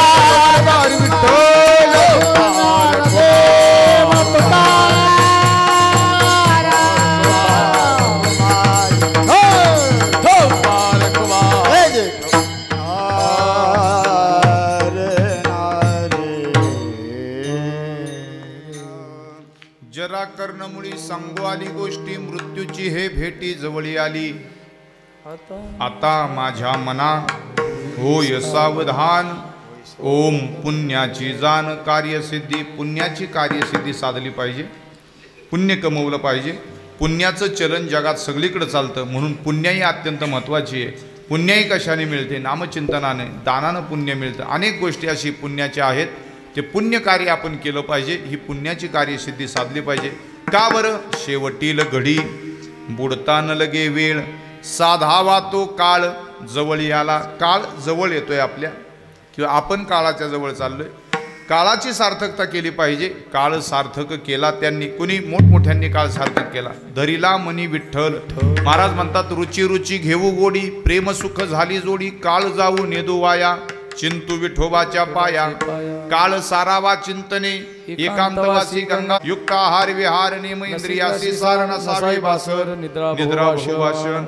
परमार्थ महाधन, जोडी जोडी देवाचे देवाचे चरण, भावया जतन हे उपाय लाभाचे. म्हणून हे केलं पाहिजे. काळ जाऊ नेदू वाया. मिळालेला वेळ माणसाने वाया घालवू नये. मिळालेला वेळ वाया गेला की तो परत आपल्याला वेळ मिळत नाही. म्हणून अत्यंत अमूल्य असणारा वेळ वाया घालवू नये. त्याचं कारण आहे, कारण शेवटील घडी, शेवटचा दिवस कधी येणार आहे माहिती नाही. तुम्ही मी आपण सर्वजण मरणाच्या रांगेत उभे आहेत. मरणाची रांग खूप मोठी आहे. कुणी यमाच्या जवळ उभी आहे, कुणी मधी उभं आहे, कुणी मागं उभं आहे. फक्त आपल्याला माहिती नाही नंबर कधी येणार आहे ते. आणि नंबर कधी येणार हे माहिती असतं तर काय श्रीमंतांनी काय केलं असतं, यमाला 10-5 लाख रुपये दिले असतील, म्हणले असते पहिला संतोष पायगुडे उचल म्हणले असते का नाही माणसं. फक्त आपल्याला माहिती नाही.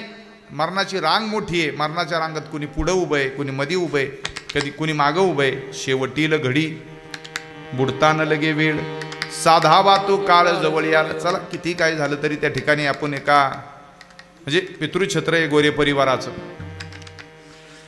शहाजीराव गणेशराव गोरे भाऊ, 75 वर्षाचं आयुष्य, एक कन्या, त्यांचं जाणं झालं. दुःख आहेच परिवाराला. तेही वडिलाला आईला सगळ्यात मोठं दुःख काय असतं, आपण ज्या लेकराला जन्म दिला ते लेकरू आपल्या समोर जाणं हे सगळ्यात मोठं दुःख.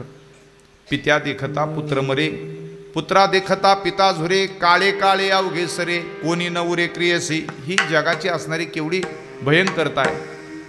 आणि म्हणून तेही दुःख या ठिकाणी भाऊंनी पाहिलं. या परिवाराच्या मातोश्री सुकुमार त्यांनी सुद्धा पाहिलं.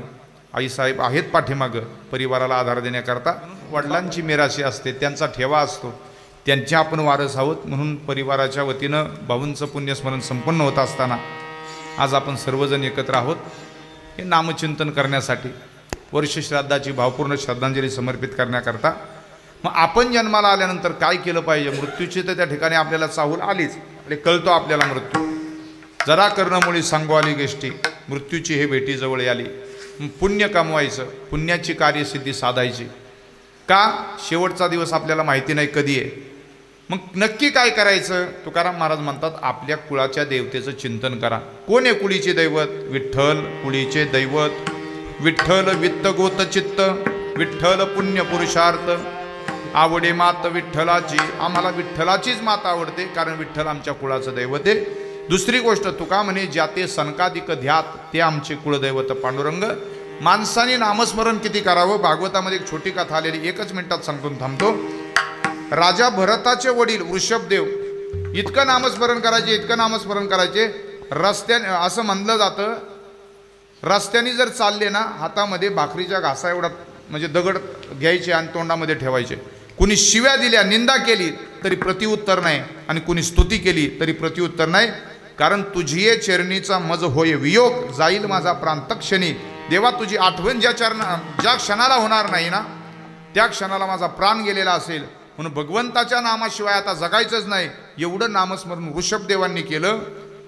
असं म्हटलं जातं, भागवताने असा उल्लेख केलाय, ऋषभदेवांच्या विष्ठेचा सुद्धा सुगंध येत होता. काय ताकद असेल त्यांच्या नामस्मरणाची. अरे माणसाने 2 दिवस आंघोळ नाही केली तर त्याच्या शेजारी कुणी उभं राहत नाही.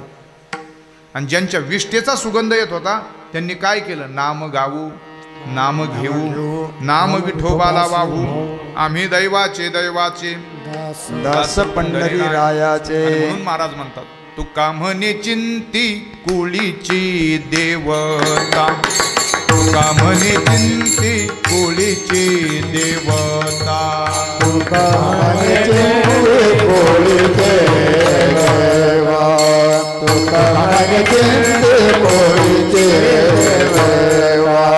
वारावा बहुता शब्द मिथ्या, वारावा बहुता शब्द मिथ्या, वारावा बहुता शब्द मिथ्या, वारावा बहुता शब्द बहुता. माझ्या मना होय सावधान, आता माझ्या मना होय सावधान, आता माझ्या मना होय सावधान, आता माझ्या मना होय सावधान. ओम पुण्याची जाण. सगळ्यांनी घ्या थोडं थोडं म्हणून घ्या, आलाप घ्या थोडं.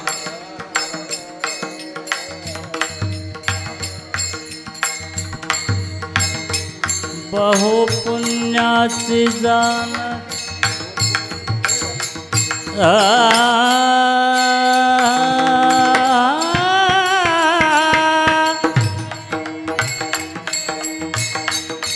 ओम पुण्याची पुण्याची जाण कार्य सिद्धी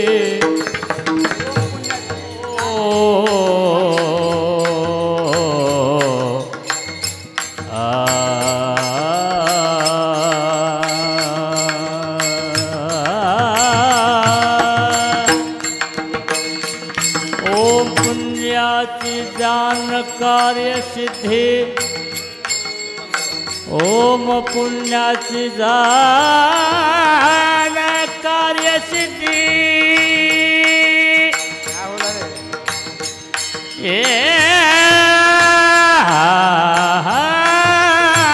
कार्य सिद्धी कार्य सिद्धी कार्य सिद्धी ओम पुण्याची जाण कार्य सिद्धी बहु पुण्याची जाण कार्य सिद्धी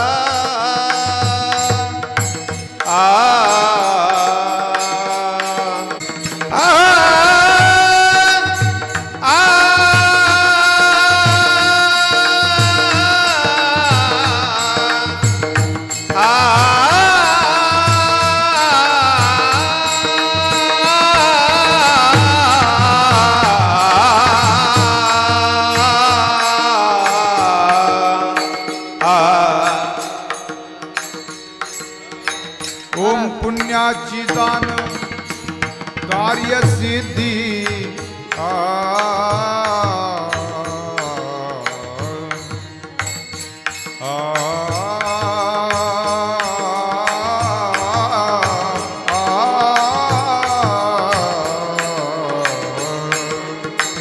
ओम पुण्याची जाण कार्यसिद्धी, ओम पुण्याची जाण कार्यसिद्धी, आता माझ्या मना होई आता माझ्या मन होईल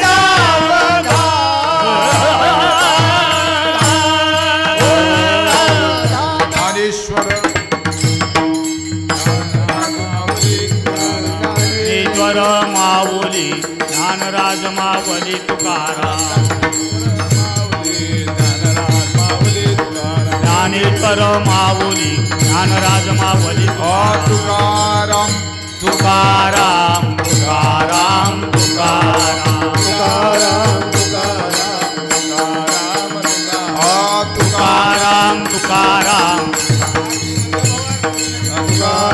तुकाराम तुकाराम. सर्व उपस्थित ग्रामस्थ पुरुष मंडळी, माता भगिनी, विनेकरी, शिष्टमाले, बालाजी महाराजांनी गोड मृदंग वाजवला. या ठिकाणी सगळे गायक मंडळी, नामोल्लेख मला नाही सगळ्यांचा शक्य, पण सगळ्यांचं नाव घेऊन हार्मोनियम वादक, खूप गोड हार्मोनियम त्या ठिकाणी ज्यांच्या हाताने बोटातून हार्मोनियम बोलते इतकं सुंदर हार्मोनियम वाजवलं. ज्यांच्या माध्यमातून इथपर्यंत आलो संपूर्ण गोरे परिवार, वैकुंठवासी शहाजीराव गणेशराव मोरे, आपलं गोरे परिवाराचे भाऊ, 75 वर्षाचं आयुष्य. या ठिकाणी भाऊंनी इहलोक सोडून परलोक धामाला गेले. पाठीमागचा भाऊंचा परिवार, त्यांच्या धर्मपत्नी सुकुमार शहाजीराव गोरे, 2 चिरंजीव, एक निळकंठराव शहाजीराव गोरे आणि बळवंत शहाजीराव गोरे. सगळ्या परिवाराला धन्यवाद देतो. आणि त्यांचे पाहुणे या नात्यानं, मेहुणे या नात्यानं आदरणीय माधवराव जाधव यांनी खूप आग्रह धरला इथपर्यंत येण्याकरता. त्यांनासुद्धा त्या ठिकाणी धन्यवाद देतो की पुन्हा पुन्हा आठवण करून दिली, स्मरण करून दिलं. आणि मध्यस्थीची भूमिका खूप कठीण असते. आणि इथपर्यंत मला एकट्यालाच नाही तर सगळे गायक असतील, वादक असतील, परिवाराच्या वतीनं निमंत्रण देण्याचंही काम त्यांनी केलं, इथपर्यंत आणलं.